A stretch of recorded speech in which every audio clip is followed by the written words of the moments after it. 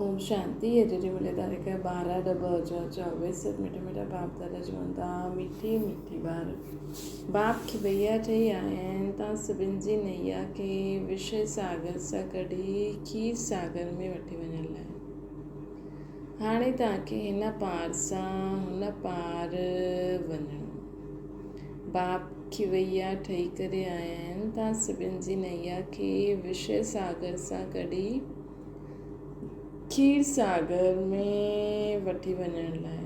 हाणे तव्हांखे हिन पार खां हुन पार वञिणो। प्रश्न आहे, तव्हां ॿार हर हिक जो पाठ ॾिसंदे हुए कंहिंजी बि निंदा न करे सघंदा आहियो छो? उत्तर आहे, श्री तव्हां ॼाणंदा इहा अनादि ठहियल ड्रामो आहे। हिन में हर हिकु एक्टर पंहिंजो पंहिंजो पाठ वॼाए थो। कंहिंजो बि कोई दोष न आहे। ये भक्ति मार्ग बि वरी खां पास थियणो आहे। इन में जरा बि चेंज न थी सघंदी आहे। त जेकी आत्मा जो करे थी जीअं करे थी उहो हुनजो पाठ आहे।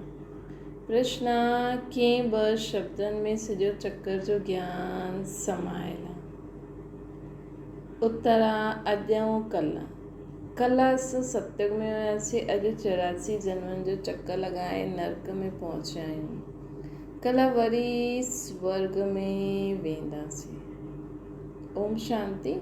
हाणे ॿार साम्हूं वेठा आहिनि, जाता खां आया आहिनि। हुते पंहिंजी सेंटर्स ते जॾहिं रहंदा आहिनि त हुते ईअं न सम्झंदा आहिनि कि असां ऊचे ते ऊच बाप जे सम्मुख वेठा आहियूं। उहो ई असांजो टीचर बि आहे, असांजी नैया खे पार लॻाइण वारो आहे, जंहिंखे गुरू ई चईंदा आहियूं।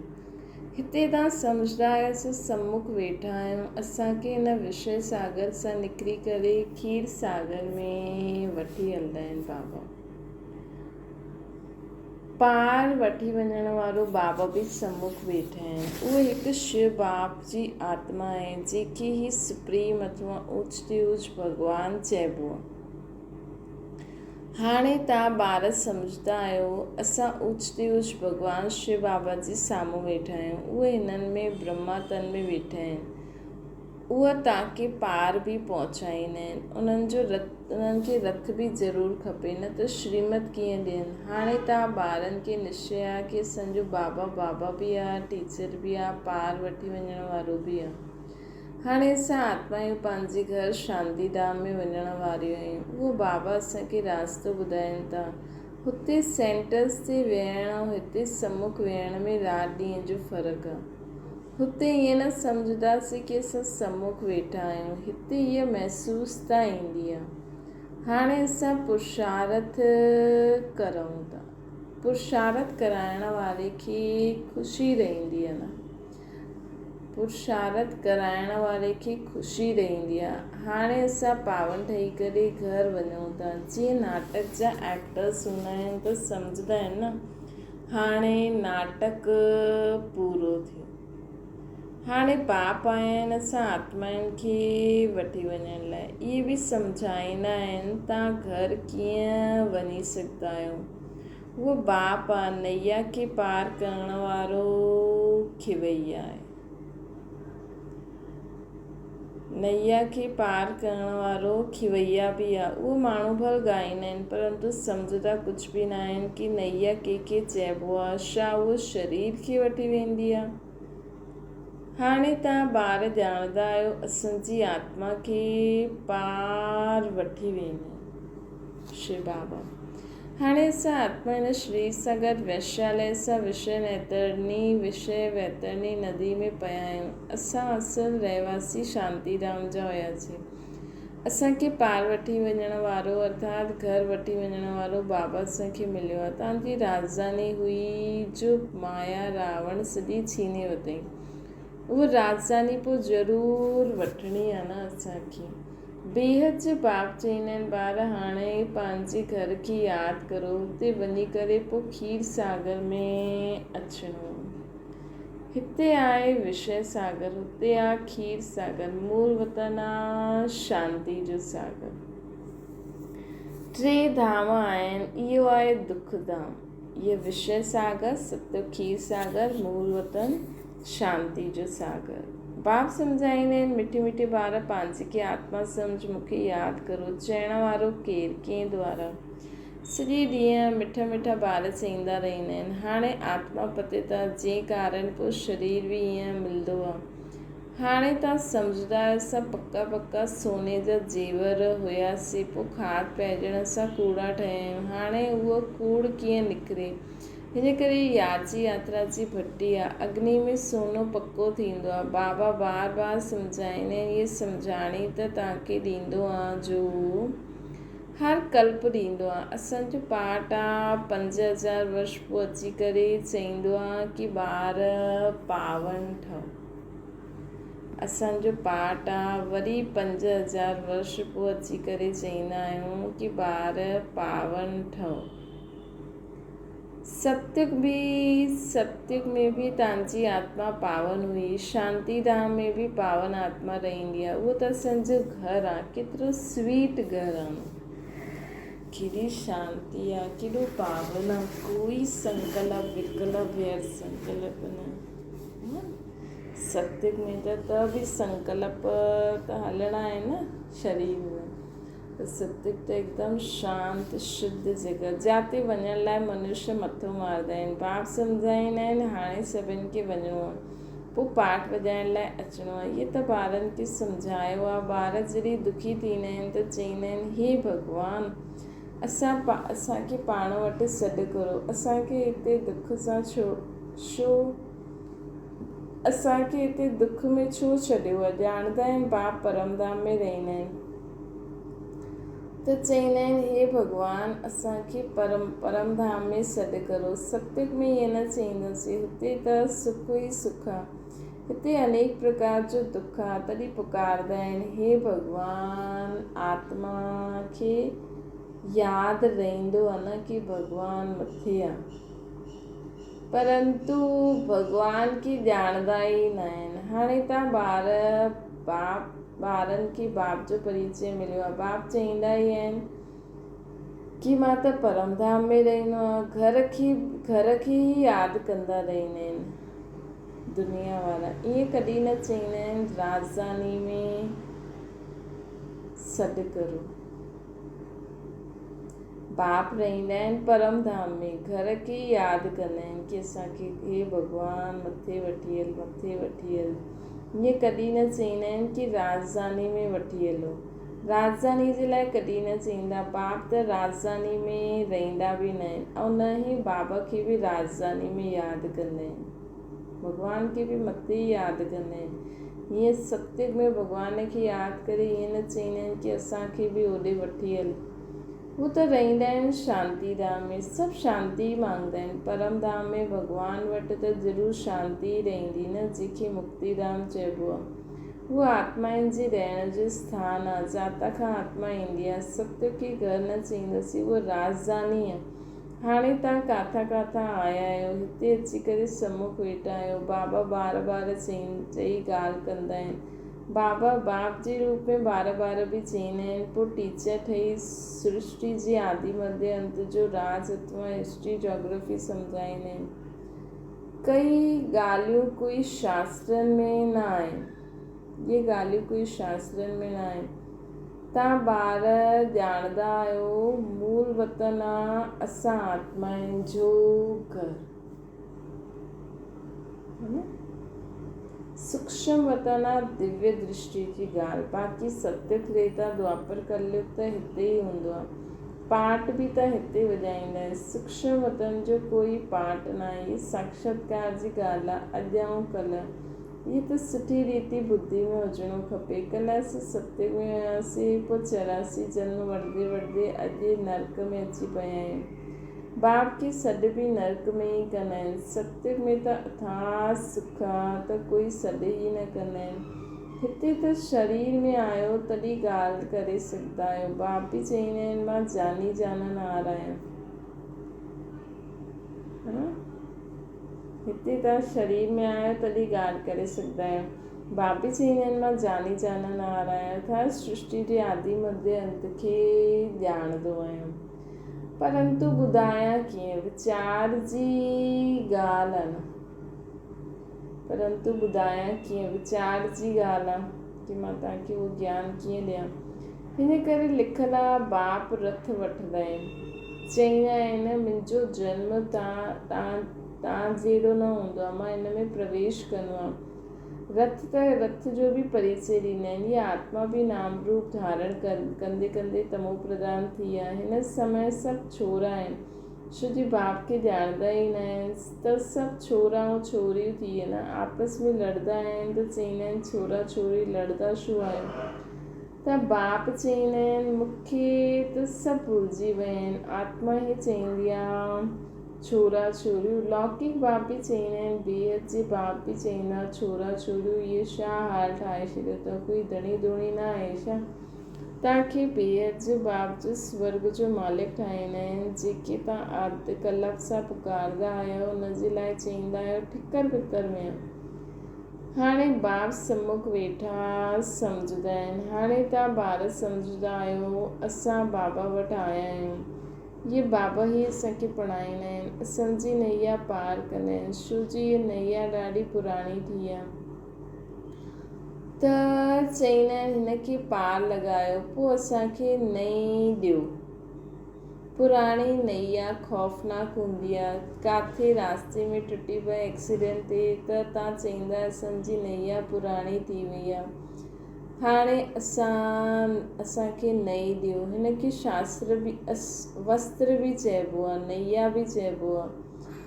ॿार चईंदा आहिनि बाबा असांखे अहिड़ो लक्ष्मी नारायण जहिड़ो वस्त्र खपे। बाप चईंदा आहिनि मिठे मिठे ॿार स्वर्गवासी थियणु चाहींदा आहियो, हर 5000 वर्ष पोइ तव्हांजा इहे कपिड़ा पुराणा थी वेंदा आहिनि, पोइ नया ॾींदो आहे। हीअ आसुरी चोलो आहे, आत्मा बि आसुरी, मनुष्य ग़रीब हूंदो आहे त कपिड़ा बि ग़रीबी जा ई पाईंदो आहे, साहूकार हूंदो आहे त कपिड़ा बि साहूकारी जा पाईंदा आहिनि। इहे ॻाल्हियूं हाणे तव्हां ॼाणंदा आहियो। हिते तव्हांखे नशो रहंदो आहे, असां कंहिंजे साम्हूं वेठा आहियूं, सेंटर्स ते वेंदा आहियो त हुते तव्हांखे इहा बासना न ईंदी। हिते सम्मुख हुजण सां ख़ुशी थींदी आहे, छो जो बाप डायरेक्ट वेठा आहिनि। बाबा हाणे असांखे असांजी आत्मा खे बि पावन ठाहिनि था ऐं असांजे शरीर बि असांखे सतो प्रधान 5 तत्वनि जो नयो वस्त्र बि मिलंदो। बाबा चवनि था हिते सम्मुख हुजण सां ख़ुशी थींदी आहे, छो जो बाप डायरेक्ट वेही सम्झाईंदा आहिनि। हुते कोई सम्झंदो त बुद्धि योग किथे किथे भॼंदो रहंदो आहे। हुते कोई मतिलबु सेंटर्स जे किथे किथे बुद्धि हेॾे होॾे भॼी वेंदी आहे। चईंदा आहिनि गोरख धंधे में फसा रहंदा आहिनि, चईंदा आहिनि न फुर्सत किथे मिलंदी आहे। मां तव्हांखे सम्झायां थो, तव्हां बि सम्झंदा आहियो, बाबा हिन मुख द्वारा असांखे सम्झाइनि था। हिन मुख जी बि केॾी महिमा आहे। गौमुख सां अमृत पीअण लाइ किथे किथे वञी करे धका खाईंदा आहिनि, केतिरी महिनत सां वेंदा आहिनि। मनुष्य सम्झंदा ई न आहिनि कि गौमुख छा आहे। केतिरा वॾा समझदार मनुष्य हुते वेंदा आहिनि, हिन में फ़ाइदो छा, ॿियो ई टाइम वेस्ट थींदो आहे। बाबा चईंदा आहिनि इहे सूर्यास्त आदि छा ॾिसंदा आहिनि, फ़ाइदो त हिन में कुझु न आहे। फ़ाइदो त आहे ई पढ़ाई में, माना सनसेट पॉइंट, सनराइज़ पॉइंट, जीअं त कोई वॾी कुदरत आहे। त बाबा चईंदा आहिनि ॾिसो असली सनराइज़ त जॾहिं शिव बाबा हिन सृष्टि ते आयो, असली सनसेट ऐं सनराइज़ पॉइंट जो बि महत्व छो आहे, छो जो शिव बाबा जॾहिं सृष्टि ते आया त केॾो शुरू में केॾो हंगामो थियो। ॿारनि खे जे पहचानियो उन्हनि जी त मौज हुई, जे न पहचानो उन्हनि जी त वीचारनि जी छा हालत थी वई। अंत में बि जे पहचाननि उहे त केॾा ख़ुशि थींदा, ऐं जे अंत में पहचानंदा उहे त केॾो हाय हाय कंदा कि असां केॾो ग़लती कई, असांखे संदेश बि मिलियो। बाबा चईंदा आहिनि इहे सूर्यास्त आदि छा ॾिसंदा आहिनि, फ़ाइदो त हिन में कुझु न आहे। फ़ाइदो त हूंदो आहे पढ़ाई में, गीता में पढ़ाई आहे। गीता में कोई बि हठयोग आदि जी ॻाल्हि न आहे, हुन में त राजयोग आहे। तव्हां ईंदा बि आहियो राज ई वठण लाइ, तव्हां ॼाणंदा आहियो न आसरी दुनिया में केतिरा लड़ाई झगड़ा आदि आहिनि। बाबा त असांखे योग बल सां पावन ठाहे विश्व जो मालिक ठाहे ॾींदा आहिनि। देवियुनि खे हथियार ॾेई छॾिया अथनि, परंतु वास्तव में हिन में हथियार आदि जी कोई ॻाल्हि कोन्हे। काली खे ॾिसो केतिरो भयानक ठाहियो अथनि। इहे सभु पंहिंजे पंहिंजे मन जी भ्रांतियुनि सां वेही ठाहियो अथनि। देवियूं कोई अहिड़ियूं 4-8 भुजायूं वारी थोरी हूंदियूं आहिनि। इहे सभु भक्ति मार्ग आहे, सो बाप सम्झाईंदा आहिनि। इहे हिकु बेहद जो नाटक आहे। हिन में कोई जी बि निंदा आदि जी ॻाल्हि न आहे। अनादि ड्रामो ठहियलु आहे। हिन में कोई फ़र्क़ु बि न पवंदो आहे। ज्ञान कंहिंखे चइबो आहे, भक्ति कंहिंखे चइबो आहे, इहे बाप सम्झाईंदा आहिनि। भक्ति मार्ग सां वरी बि तव्हांखे पास करिणो पवंदो। ईअं ई तव्हां 84 जा चकर लॻाईंदे हेठि ईंदा वेंदव। इहे अनादि हिकु ठहियलु वॾो नाटक आहे जो बाप सम्झाईंदा आहिनि। हिन सृष्टि जे राज खे सम्झण सां तव्हां विश्व जा मालिक ठही वेंदा आहियो। वंडर आहे न, भक्ति कीअं हलंदी आहे, ज्ञान कीअं हलंदो आहे। हीअ खेल अनादि ठहियलु आहे। हिन में कुझु बि चेंज न थी सघंदो आहे। उहो त चई ॾींदा आहिनि ब्रह्म में लीन थी आहे, ज्योति ज्योत में समाया। संकल्प जी दुनिया आहे, जंहिंखे जो ईंदो आहे उहो चईंदा रहंदा आहिनि। इहे त ठहियलु ड्रामो दुनिया में अलाए छा छा चईंदा आहिनि। ब्रह्म में लीन थी वियो, ज्योति ज्योत में समायो। ही त संकल्प जी दुनिया आहे। मनुष्य बाइस्कोप ॾिसी करे ईंदा आहिनि। छा उन्हनि खे संकल्प जो खेल चईंदासीं। बाप बि सम्झाईंदा आहिनि ॿार इहो बेहद जो नाटक हू बहू रिपीट थींदो ई रहंदो आहे। बाप त अची करे नॉलेज ॾींदा आहिनि। छो जी बाबा नॉलेजफुल आहे न। मनुष्य सृष्टि जो बीज रूप आहे, चैतन्य आहे। उन्हनि खे ई सॼी नॉलेज आहे शिव बाबा खे। मनुष्यनि त लख वर्ष आयु ॾेई ॾेखारे छॾी अथनि। मनुष्य सृष्टि जो बीज रूप शिव बाबा चैतन्य आहे। उन्हनि खे ई सॼी नॉलेज आहे। मनुष्यनि त लख वर्ष जी आयु ॾेखारे छॾी अथनि। बाप चईंदा आहिनि एतिरी आयु थोरी थी सघंदी आहे। बाइस्कोप लाखों वर्ष जो हुजे त कोई जी बुद्धि में न वेठे। तव्हां त सॼो वर्णन कंदा आहियो। लाखों वर्ष जी त ॻाल्हि न आहे, कीअं वर्णन कंदासीं। त उहो सभु भक्ति मार्ग आहे। तव्हां ई भक्ति मार्ग जो तव्हां बि पाठ विधायो आहे। ईअं दुख भोगदे भोगदे हाणे अंत में अची विया आहियूं। सॼो झाड़ जड़जड़ीभूत अवस्था खे पायो आहे। हाणे हुते वञिणो आहे। पंहिंजे खे हल्को करे ॾियो परमधाम में। इन सां बि हल्को करे ॾियो त सभु बंधन टुटिजी वेंदो। ब्रह्मा बाबा बि हल्को करे ॾिनई न त ॿार धन कारखानो ग्राहक राज्य रजवाड़े आदि यादि ईंदा रहंदा आहिनि। त हाणे ख़ुदि खे हल्को करे छॾियो अर्थात सभु ज़िम्मेवारी बाबा खे ॾेई छॾियो। कर्म त करिणो ई आहे, लेकिन मुंहिंजो बाबा बाक़ी सभु बाबा जो न। हिकदमि बाबा हाणे छा करूं, बाबा हाणे छा करूं, हलो जी सभु कुझु पतो ई न हुजे। बसि बाबा खे ई सभु पतो। असांखे बसि पतो आहे बाबा आहे। धंधो ई छोड़े छॾियईं, पोइ यादि छो ईंदा। हिते त सभु कुझु भुलिजिणो आहे। इनखे भुलिजी पंहिंजे घर ऐं पंहिंजी राजधानी खे यादि करो। शांतीधाम सुखधाम खे यादि करो। शांतीधाम सां पोइ असांखे हिते अचिणो आहे। बाप चईंदा आहिनि मूंखे यादि करो। इनखे ई योग अग्नि चइबो। बाप चईंदा आहिनि मूंखे यादि करो। इनखे योग अग्नि चइबो। इहो आहे राजयोग। इहो आहे राजयोग। तव्हां राज ऋषि आहियो न। ऋषि पवित्र खे चइबो आहे। तव्हां पवित्र ठहींदा आहियो राजाई जे लाइ। तव्हां पवित्र ठहींदा आहियो राजाई जे लाइ। बाप ई तव्हांखे सभु सत्य ॿुधाईंदा आहिनि। असां पवित्र ठहींदा आहियूं राजाई जे लाइ। पवित्र ठहींदा आहियूं। बाबा ई असांखे सत्य ॻाल्हियूं ॿुधाईंदा आहिनि। तव्हां बि सम्झंदा आहियो इहे नाटक आहे। सभु एक्टर्स हिते ज़रूरु हुजणा खपनि। बाबा इहे असांखे सत्य ॿुधाईंदा आहिनि, तव्हां बि सम्झंदा आहियो इहे नाटक आहे, सभु एक्टर्स हिते ज़रूरु हुजणा खपनि। त यादि रखिजो, बाबा असांखे वैसे बि चईंदा आहिनि, लेकिन जीअं रोज़ु रोज़ जी मुरली आहे उहो पको पको थींदो वञे। असां राज ऋषि आहियूं। ऋषि पवित्र खे चइबो आहे। तव्हां पवित्र ठहींदा आहियो राजे जे लाइ। बाप ई तव्हांखे सभु सत्य ॿुधाईंदा आहिनि, तव्हां बि सम्झंदा आहियो इहे नाटक आहे। सभु एक्टर्स हिते ज़रूरु हुजणा खपनि, पोइ बाप सभिनि खे वठी वेंदा। इहे ईश्वर जी बारात आहे।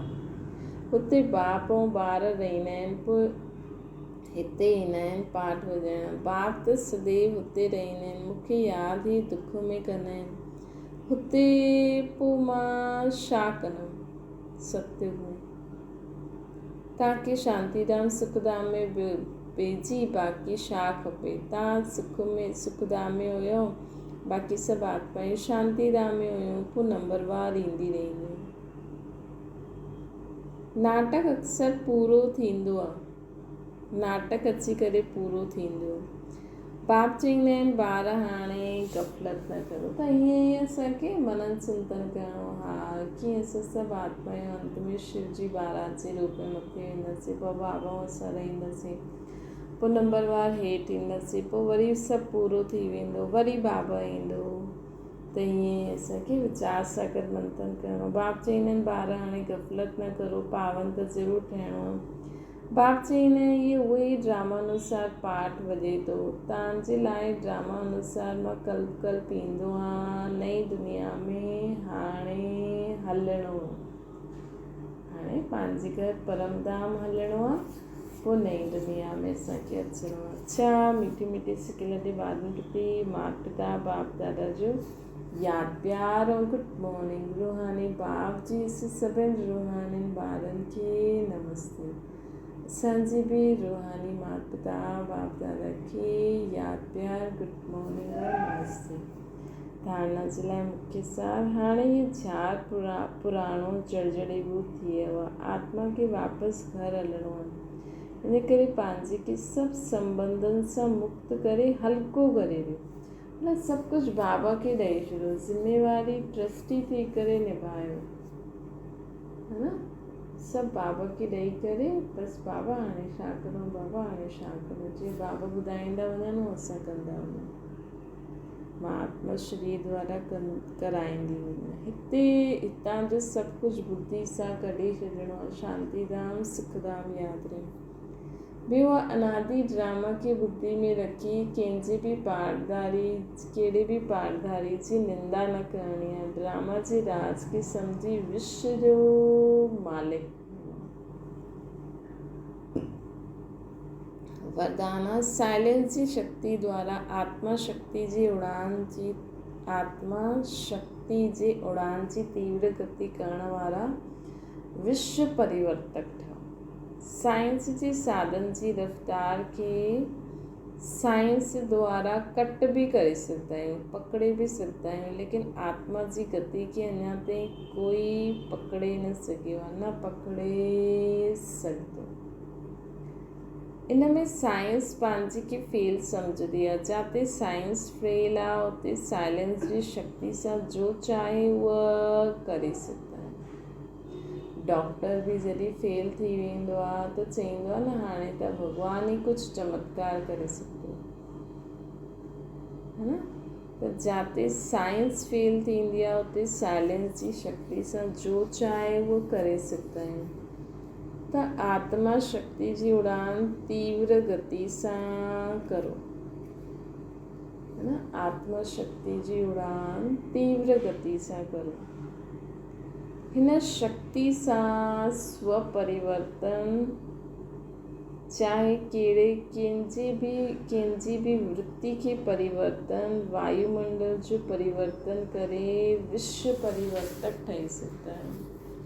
असांखे कोई बि ॻाल्हि थिए, कुझु बि हुन में कॾहिं बि हलचल में न अचिणो आहे। हाणे छा थींदो, कीअं थींदो, इहे छा सोचंदा, बस सब कुछ बाबा खे ॾेई करे बाबा खे यादि करो ऐं पंहिंजी वृत्ति खे शुद्ध रखो। जो थियो सुठो, जो थिए त सुठो, जो थियण वारो आहे उहो ॾाढो ई सुठो ऐं सभु सुठा आहिनि। त असांजी वृत्ति सां वाइब्रेशन ठहींदा आहिनि, वाइब्रेशन सां वायुमंडल ठहींदो।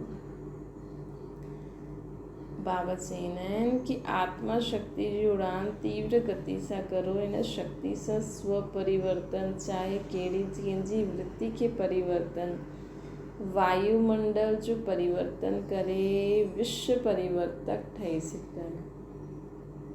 तीव्र गति जी निशानी आहे असां सोचियो ऐं थियो। असां सोचो पूरी विश्व जी सर्व आत्मायूं शांत शुद्ध थी वञनि ऐं थी वञनि। न रोज़ रोज़ सोचंदासीं त हिकु ॾींहुं अहिड़ो बि ईंदो कि बसि थी वियो। स्लोगन आहे शिक्षा दाता सां गॾु रहमदिल ठही सहयोगी ठहो। शिक्षा बि ॾियो, रहमदिल ठही करे उन्हनि आत्माउनि खे सहयोग बि ॾियणो। न सिर्फ़ु शिक्षा न ॾियणी आहे कि हीअं न करो, हीअं करो, हीअं करो, लेकिन उन्हनि खे शुभकामना जो सहयोग बि ॾियणो आहे, आत्मा में शक्ति बि ॾियणी आहे। अच्छा, ओम शांति। बाबा खे यादि करो।